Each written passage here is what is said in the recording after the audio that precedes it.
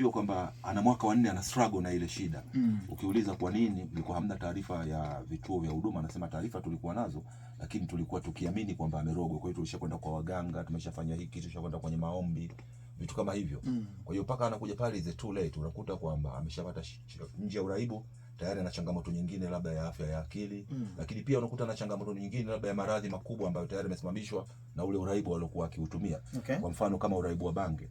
Unapotumia bange kwa muda mrefu inakupelekea kuweza kupata maradhi sugu ya akili.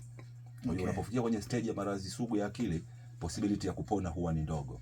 Afya ya akili inapona, lakini unategemea ipo kwenye stage gani.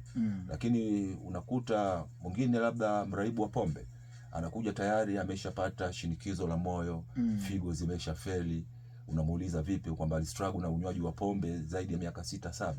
Zaidi walikuwa kimpeleka kwenye maombi kumwombea ili mtu aache pombe. Lakini pombe haichiki kwa maombi brother.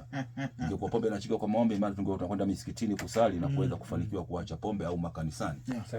Kuna tiba maalum kwa ajili ya pombe, session ambazo zinatoka kwa makansela, kutoka kwa watabibu.